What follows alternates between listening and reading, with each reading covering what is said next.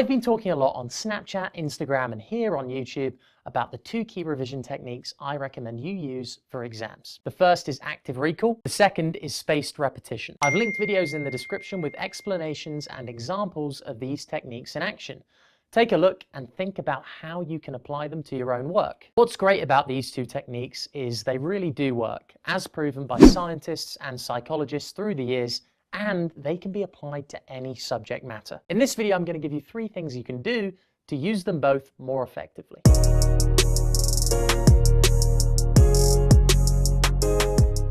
The first thing you can do to use active recall and spaced repetition more effectively is to prioritize coverage of the syllabus when you revise. Guys, please, if you do one thing this exam season, measure your revision by how much of the syllabus you're covering, not by how long you've studied for. This is going to make you accountable to actually getting real work done during your revision sessions. Taking great notes, self-testing, figuring out what you do and don't know, putting in the reps to ensure you're going to remember it all come exam day. You can't go away thinking you've done a load of revision when you've sat at your desk for an hour and all you've done is written the title, your name and the date because you spent most of the time looking out the window on your smartphone or thinking about donuts. By prioritizing coverage of the syllabus, all the progress you make is going to be real and meaningful, which will deliver you top results come results day. The second thing you can do to use active recall and spaced repetition more effectively is to do things fast, and remember,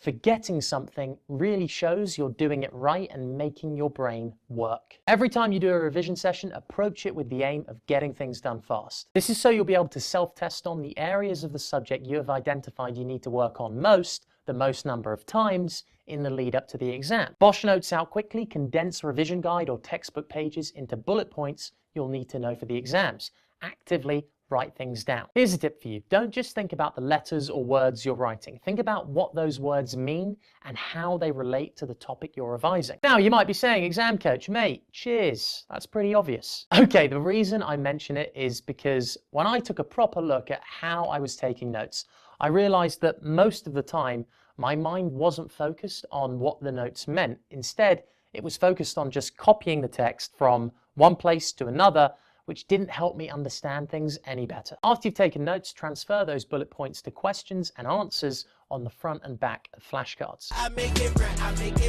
in this terror, got a handful of stacks, better grab an umbrella. If you don't know something, read through it again, write it out again separately, highlight keywords, break it down into smaller chunks, over 2 flashcards if you need to. Adjust the flashcard or information you don't know within your spaced repetition system so you have another chance to test yourself on it tomorrow. Get up tomorrow, test yourself on the card. Can you remember it? Yes or no?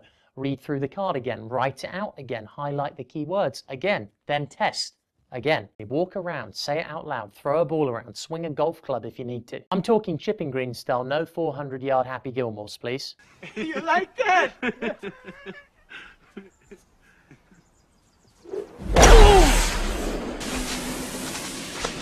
I'm saying all this because I'm a big fan of keeping active while studying. Switching up the conditions in which you're recalling the information keeps things upbeat and keeps your mind ticking over as you wrestle with the information. Try it out. Every time we really make an effort to recall the information we're trying to remember, we interrupt the forgetting curve. And on the bright side, if you're really having to think hard to remember correctly, this probably means you're recalling the information at the optimum time before you completely and utterly forget it. The third and final way you can use active recall and spaced repetition more effectively is to use your smartphone to revise. This thing, it's basically made for active recall and spaced repetition. Firstly, you take it with you everywhere. You can take a quick test at any time, as often as you want. Use the camera to take pictures of your written flashcards and test by flicking through your photos. Use the Notes app to write out questions, copy and paste several times for added reps. Or you can use one of the many revision apps out there which will allow you to take mini tests and create flashcards on the information you need to know. The smartphone is an amazing momentum builder if you really get clear about how you're going to use it to help you prepare for your exams. The first step is to get started shifting your habits around the way you use your smartphone